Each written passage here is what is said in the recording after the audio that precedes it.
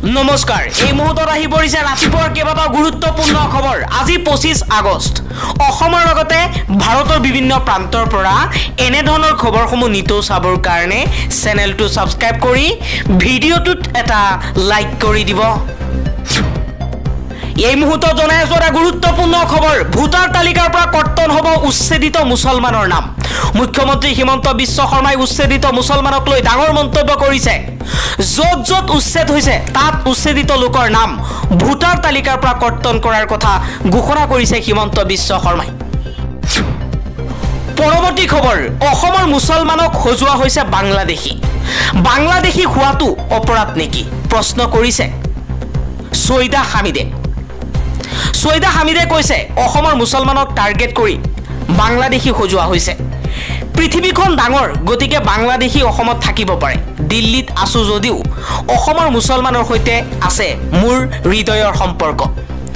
অসমলৈ আহি অসমীয়াকে নীতি শিক্ষা দিলে সৈয়দা হামিদে আন এটা খবৰ গাজা পেলেষ্টাইনৰ সৈতে তুলনা কৰি অসমৰ স্বাভিমানত আঘাত হানিছে মাদানীয়ে অসমৰ উচ্ছেদত বাধা দিয়াৰ চেষ্টা কৰা মাদানীক গ্ৰেপ্তাৰ কৰাৰ দাবী সংবাদ মেলত মাদানীৰ বিৰুদ্ধে সৰব হৈ বিস্ফোৰক মন্তব্য কৰিছে বিজেপিয়ে জমিয়ত উলেমা ই হিন্দৰ নেতা মেহমুদ মাদানীক গ্ৰেপ্তাৰ কৰাৰ দাবী জনাইছে ৰাজ্যিক বিজেপিয়ে জয়ন্ত কুমাৰ গোস্বামীয়ে সংবাদ মেল যোগে মেহমুদ মাদানীক গ্ৰেপ্তাৰ কৰাৰ দাবী উত্থাপন কৰিছে পৰৱৰ্তী খবৰ এইবাৰ হিন্দু লোকে নিষিদ্ধ মাংসক লৈ চলাইছে বেপাৰ দুমদুমাৰ বাগজানত বৃহৎ পৰিমাণৰ নিষিদ্ধ মাংস জব্দ বিশ্ব হিন্দু পৰিষদ আৰু স্থানীয় ৰাইজৰ হেম বেচাৰা আৰু চন্দন ফুলচাই নামৰ দুই ব্যক্তিৰ ঘৰৰ পৰা মুঠ 60 কিলোগ্ৰাম নিষিদ্ধ মাংস জব্দ কৰা হৈছে আন এটা খবৰ বিজেপি চৰকাৰে বাংলাদেশী বুলি কৈ থাকে কিন্তু বিজেপি চৰকাৰে বাংলাদেশৰ প্ৰাক্তন প্ৰধানমন্ত্ৰী শেখ হাছিনাক কিয় বাংলাদেশলৈ উভতাই পঠোৱা নাই প্ৰশ্ন কৰিছে IMIMৰ নেতা আসাদুদ্দিন ওৱেইছিয়ে অসমত বাংলাদেশীৰ বিৰুদ্ধে প্ৰতিবাদ ভাৰতৰ বিভিন্ন ৰাজ্যত বাংলাদেশীক লৈ প্ৰতিবাদ কৰিছে বিজেপিয়ে কিন্তু বিজেপি চৰকাৰে প্ৰধানমন্ত্ৰী মোদীয়ে নিজে বাংলাদেশৰ প্ৰাক্তন প্ৰধানমন্ত্ৰী শেখ হাছিনাক ঠাই দি ঘৰত বহাই ৰাখিছে পৰৱৰ্তী খবৰ নামনি আৰু মধ্য অসমৰ দৰে উজনি অসম টাৰ্গেট কৰিবলৈ দিয়া নহব নামনি আৰু মধ্য অসম আমি ৰক্ষা কৰিব নোৱাৰিলো কিন্তু উজনি অসম আমি বচাবই লাগিব উচ্ছেদিত অঞ্চলৰ পৰা সকলো বেদখলকাৰীৰ ভোটাৰ তালিকাৰ পৰা নাম কটা যাব বুলিও মন্তব্য কৰিছে মুখ্যমন্ত্ৰী হিমন্ত বিশ্ব শৰ্মাই আন এটা খবৰ মাদানীক লৈ সৰব মন্ত্ৰী পীযুষ হাজৰিকাই কৈছে মাদানী হৈছে অসমৰ বাবে জাবৰ অসমত কোনো গ্ৰহণযোগ্যতা নাই মাদানীক আমি ভয় নাখাওঁ এনেকুৱা এশটা মাদানী আহিলেও হিমন্ত বিশ্ব শৰ্মাক একো কৰিব নোৱাৰে পৰৱৰ্তী খবৰ উৰিয়াম ঘাটৰ পৰা নেগেৰী বিলৰ পৰা মুছলমান লোকক উচ্ছেদ কৰাৰ পাছত নেগেৰী বিল দখলৰ চেষ্টা নগালোকৰ নেগেৰী বিলত নাগালেণ্ড আৰক্ষীয়ে অস্থায়ী শিবিৰ স্থাপন কৰাৰ লগে লগে উত্তেজনা বৃদ্ধি পাইছে স্থানীয় ৰাইজে 1985 চনৰ ডিমাপুৰ চুক্তি উলংঘা কৰাৰ অভিযোগ উত্থাপন কৰি অসম চৰকাৰৰ হস্তক্ষেপৰ দাবী উত্থাপন কৰিছে পৰৱৰ্তী খবৰ অসমৰ ক্ষুদ্ৰ চাহ খেতিয়ক সংকটৰ সন্মুখীন হৈছে পাতৰ দাম কমাৰ বাবে বহিৰাজ্যৰ আমদানিৰ উত্থানৰ ফলত সংকটৰ সন্মুখীন হৈছে অসমৰ ক্ষুদ্ৰ চাহ খেতিয়ক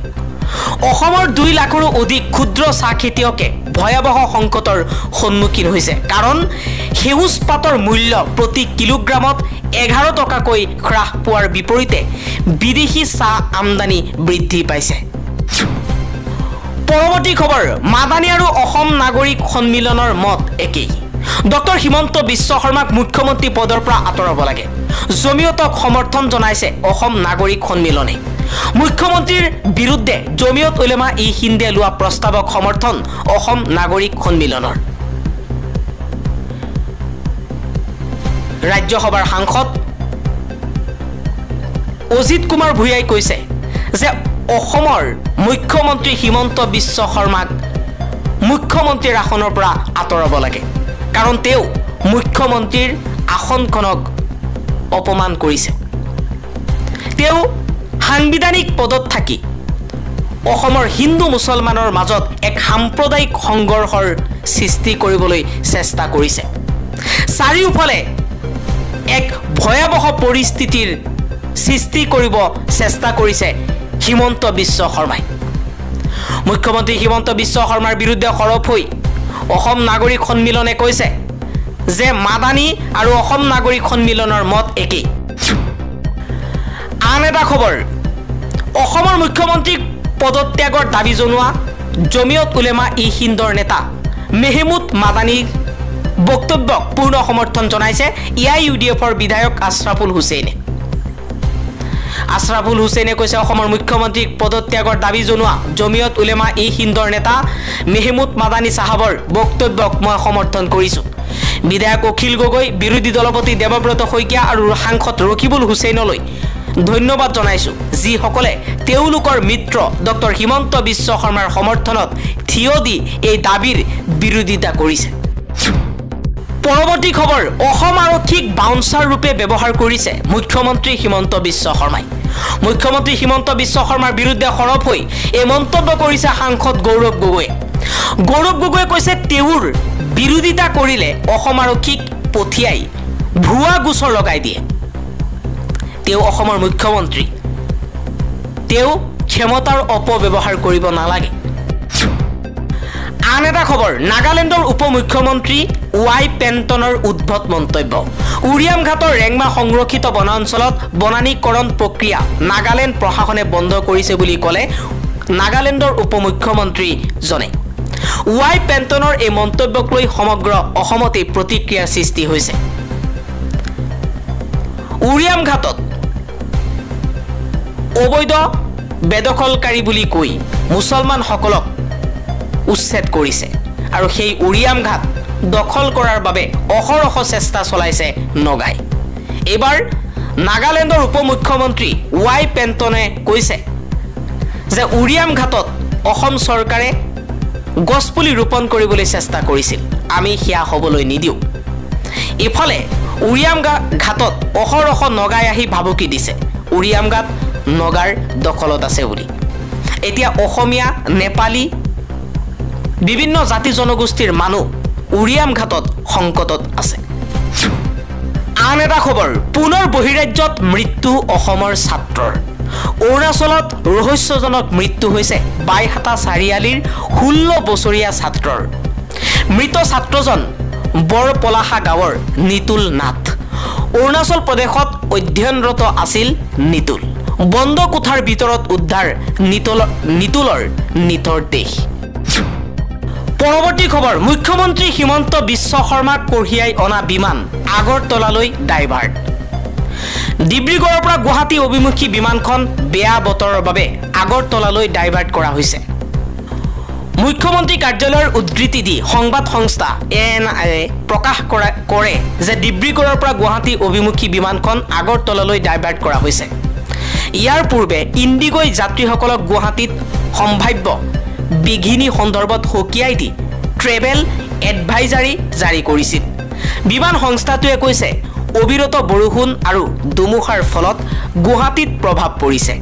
বিমান পৰিচালনাত প্ৰভাৱ পৰিছে আন এটা খবৰ অসম বিৰোধী ষড়যন্ত্ৰক লৈ সৰব মুখ্যমন্ত্ৰী হিমন্ত বিশ্ব শৰ্মা উচ্ছেদিত সকলৰ ভোটাধিকাৰক লৈ কৰিছে ডাঙৰ মন্তব্য